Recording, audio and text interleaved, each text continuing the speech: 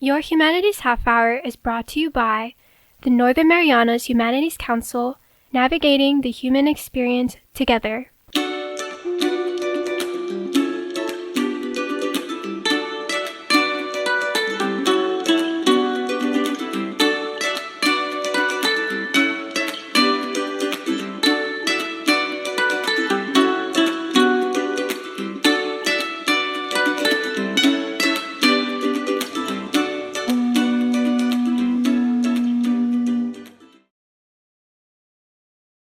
Hafade, Tero, and welcome to Your Humanities Half Hour. I'm Catherine Perry, and today we are talking about where you can find latte stones in Saipan.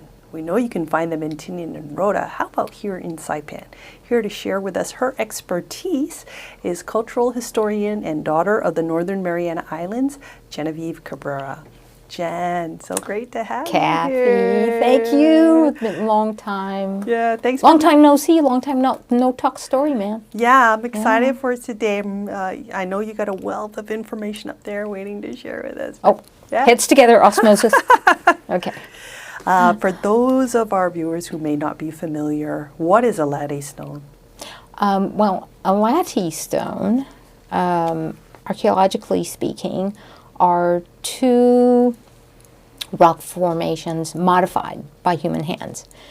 And they are generally shaped into the bottom, the pillar portion of it, more like a trapezoidal configuration. And then the sphere, or the top, or the taza,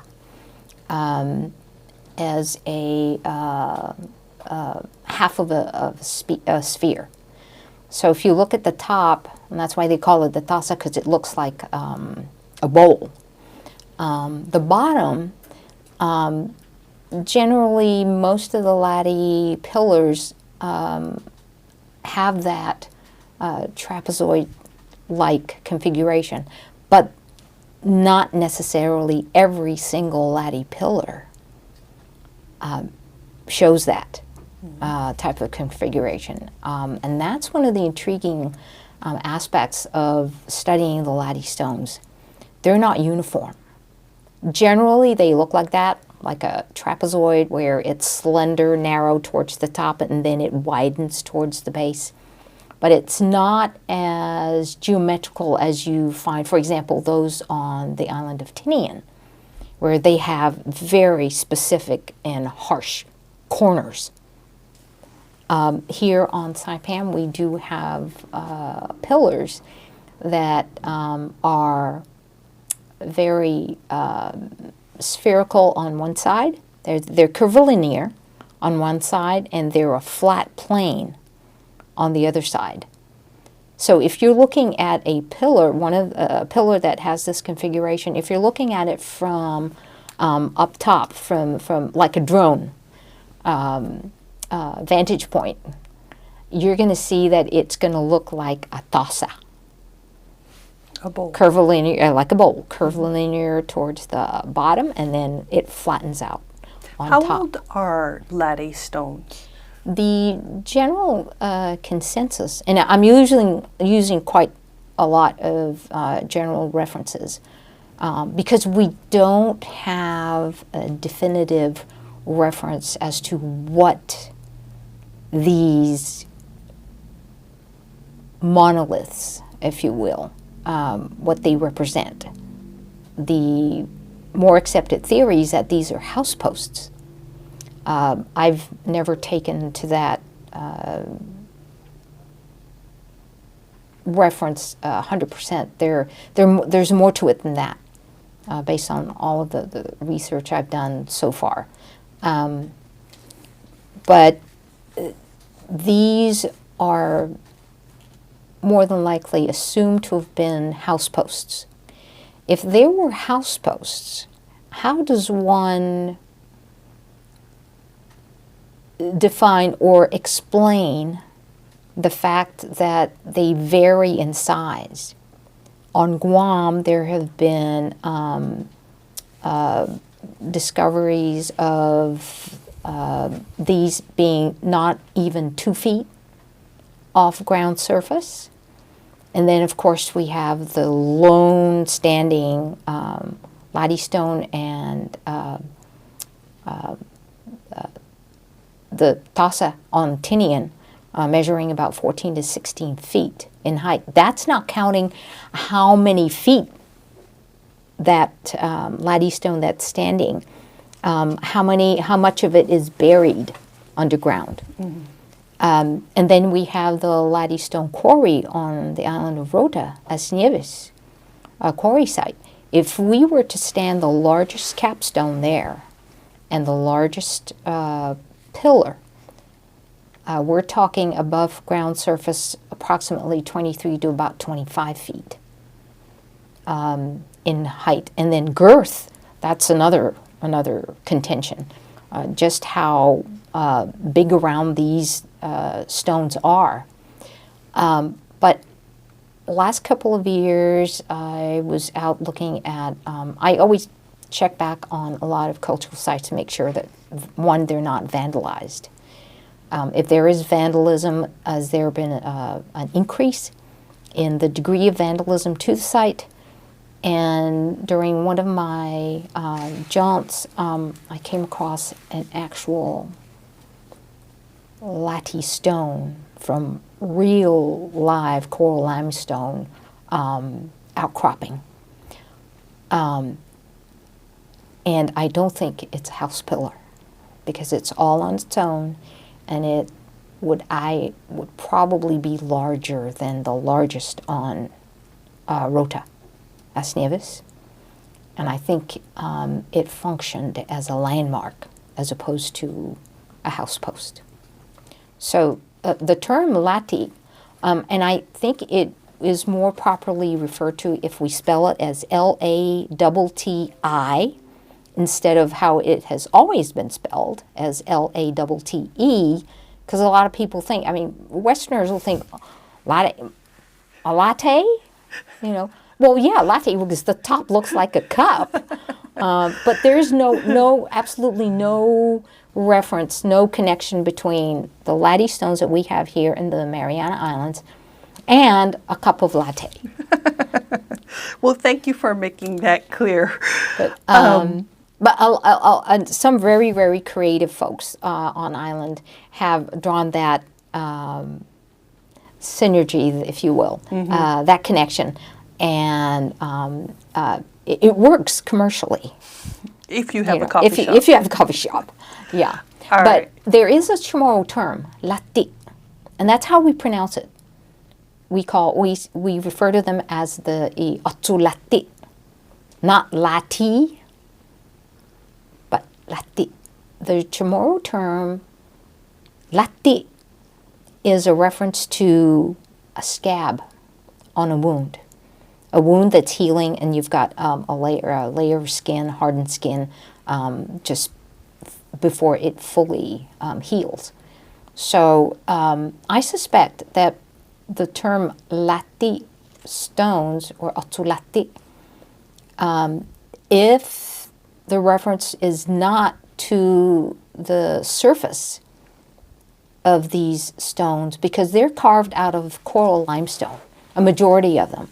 We also have in Gani meaning the islands north of Saipan, we have a greater occurrence of basalt stones up there in the northern islands. And so the Lati up there are primarily basalt. And basalt is smooth to the touch, naturally smooth to the touch, as opposed to coral limestone outcrop, which is, if you're not careful and you rub your hand or any part of your body against that surface of stone, you're going to end up either going to the emergency room or you're going to have to, dress your wounds yourself, because they will cut you. Coral limestone outcrop will cut you, even if you have boots on. And that's the general area where you are moving around. Your boot's not going to last long. Just to give you an example, back in the 60th anniversary of the World War II Marines that fought out here, and they traveled back, first time back since the battle for Saipan, Antinian. And one of them, out of Pennsylvania, he was a young Marine, and he was part of the mop-up units that were scouring Marpi Point for Japanese stragglers. So they were doing their mop-up missions right on top of the tide tables. And especially those areas back there, the Unailagua, right where Cowtown used to be. If the tide is out and that tide table is exposed and you walk on there with only your Zoris, you better not walk too far out because you're going to cut the soles of your feet coming back in. And this guy said, you cannot pay me $1 million to get back out there and walk these areas of Saipan, because it really did a number of them. A lot of them ended up not only losing their boots, but ended up getting really bad cuts on the soles of their feet or up their calves, their legs, or if they happen to fall. If you happen to fall on that type of rock surface, you're going to be injured. So. Well, very interesting. I do want to get to places on Saipan where people can see latte stones, because I think a lot of people don't realize that some of them are in plain sight. But yes. Let's do yes, that. you are correct. After the break. Okay. We'll be back after this. October is Sinamay Humanities Month, and it's a full month of celebration, kicking off with a proclamation signing on October 2nd. Young people share their expressions of culture at the Valentine Sengabao Poetry Competition on October 11 at American Memorial Park. Get your photos together. We're launching our digital archive community outreach. This month, we continue to honor Governor's Humanities awardees making a difference in our community. And on the 24th is our book launch for The Legacy of a Political Union by CNMI Covenant negotiator, the late Edward Pangilinan. For more information, visit nmhcouncil.org, and Happy Humanities Month.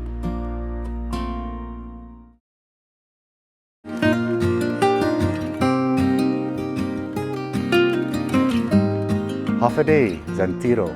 I'm Leo Pangilinan with the Northern Marianas Humanities Council.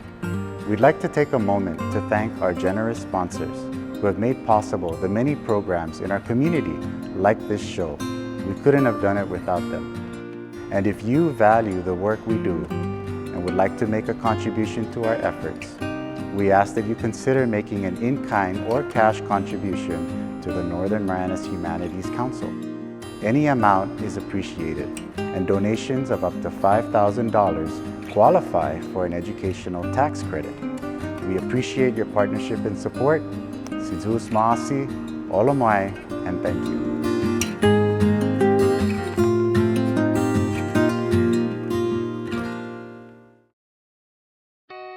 Looking for resources about Marianas history, culture, and more?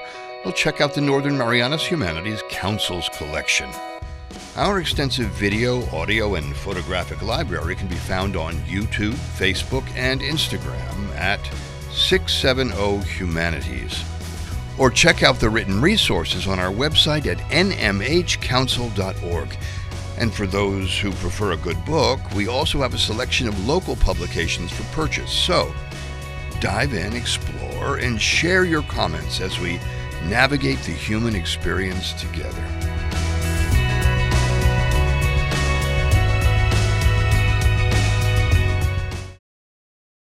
Welcome back. Jen, excited. Most visible place on Saipan to see a latte stone?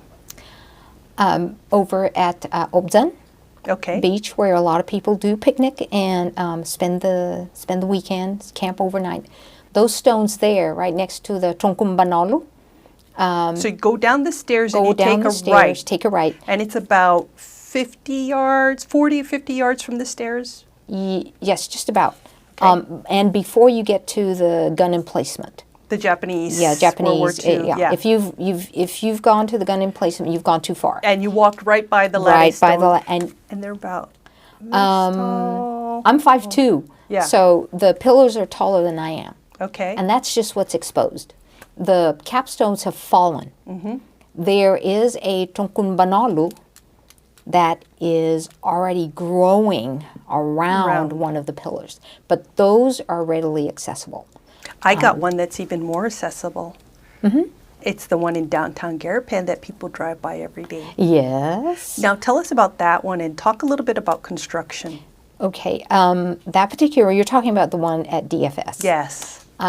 Those came not originally from DFS. That Latte Stone, pillar and capstone, were brought there to identify and to enhance and to reinforce the fact that the human remains that were exhumed from the DFS construction site, the footprint of DFS building when it was under construction, they came across numerous human remains, sets of human remains and burials.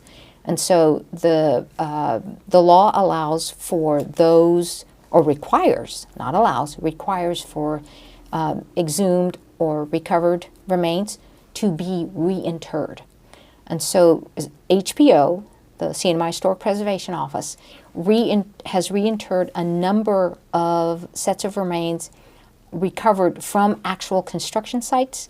So that's the more readily visible. But that's not the original location. That's not the original location of that Latte Stone. It was brought there for that purpose.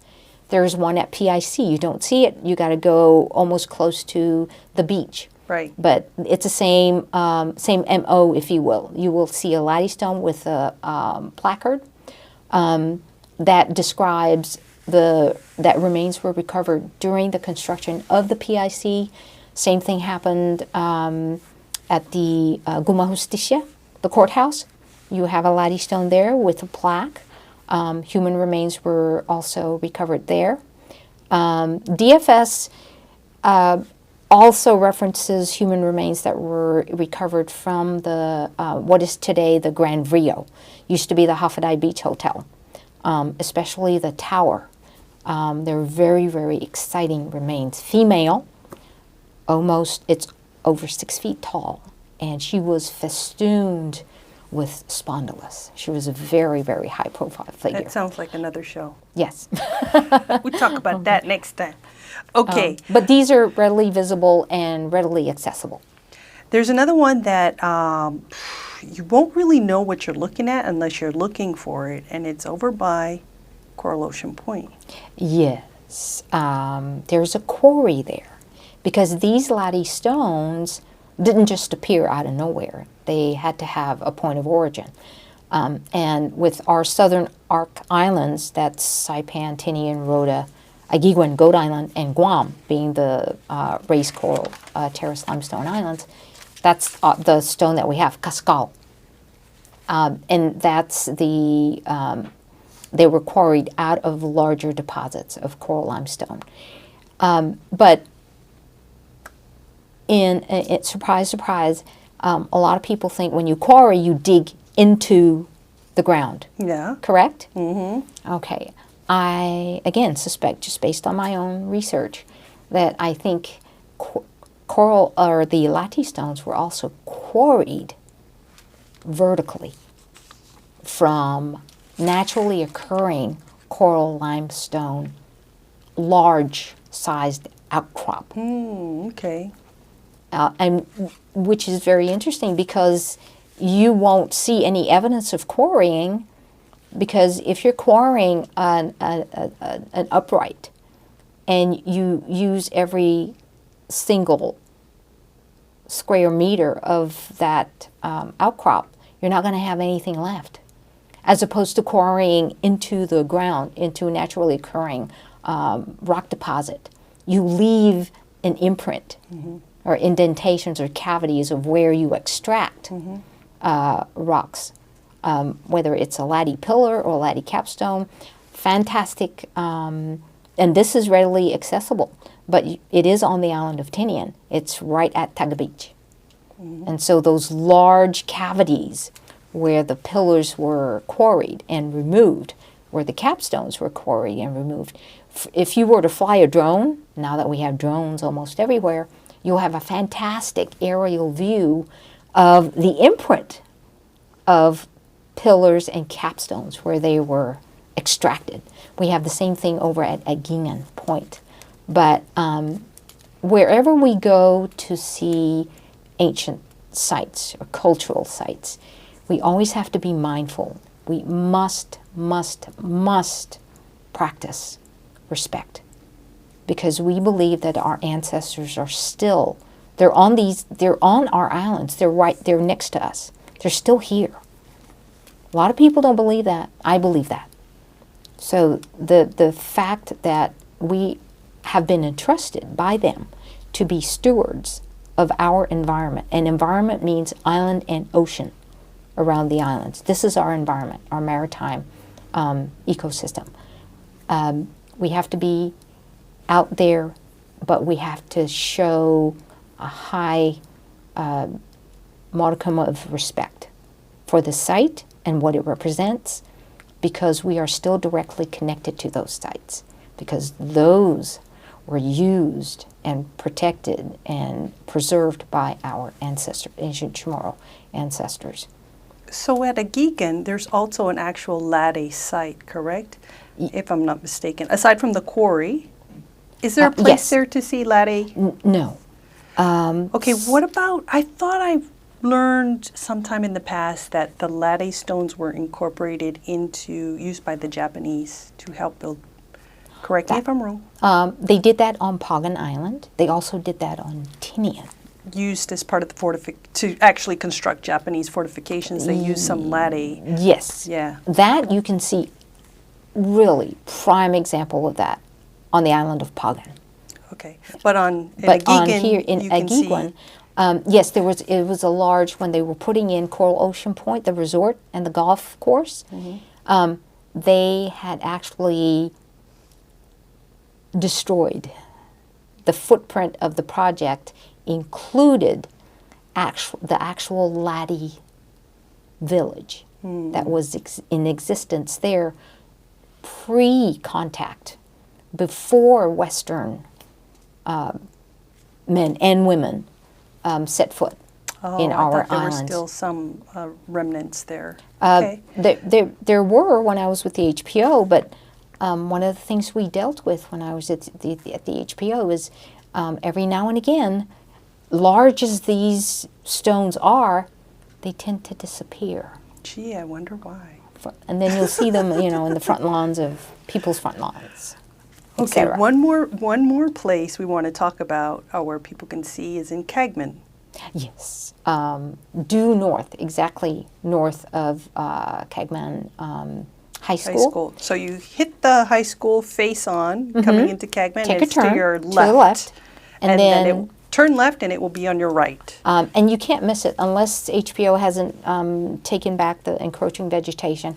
It is fenced off. There is a chain link fence. And again, just practice respect when you go in there, because when you do go in there and you let yourself be open to the ancestors and what these sites represent, you can feel them. It's just a very, very different feeling. It's like coming home when you go to these sites. That's how I always feel when I access these sites. And they will show you, our ancestors will show you with every visit, they will reveal something that you didn't see during that first or second or third visit. But if you're open, you let yourself be open, they will show you things. They're just magnificent. Jen, I want to thank you for bringing your wealth of knowledge to our time together today. And now people can know that they can see lattes in Saipan. They don't have to Travel go to to Tinian Tinian or or Rota Rota. or the Northern Island or Guam. Islands. Yeah, so yeah. hopefully some people will have an adventure soon and go out to some of these places. Any final thoughts before we go? Just that our ancestors were engineers. They were stewards of culture and tradition and physical environment. And that's their continuing legacy. That they showed us through subsequent generations, and those generations continue to pass those on to us, and we are responsible to pass that legacy on to our children. And that is to always have respect for, be mindful of, and work with our maritime environment, because it will continue to produce for us, but we have to take care of it. Thanks for all you do. Same here. Anybody that's willing to listen, I'm just... Well, next time we hope to have more time with Jen Cabrera. She's a cultural historian, daughter of the Northern Mariana Islands, she calls herself, talking us today about where we can find latte stones in Saipan in the Marianas. This has been your Humanities Half Hour. I'm Catherine Perry.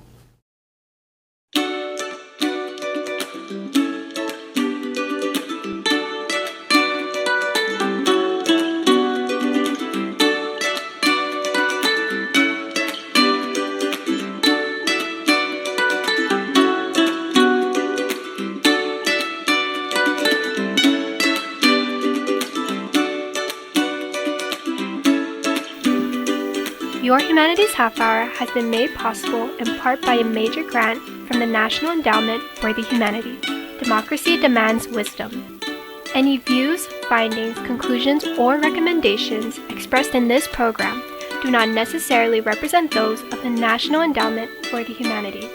For more information or to share your thoughts, contact the Northern Marianas Humanities Council at nmhcouncil.org or on social media at 670 Humanities. That's 670 Humanities.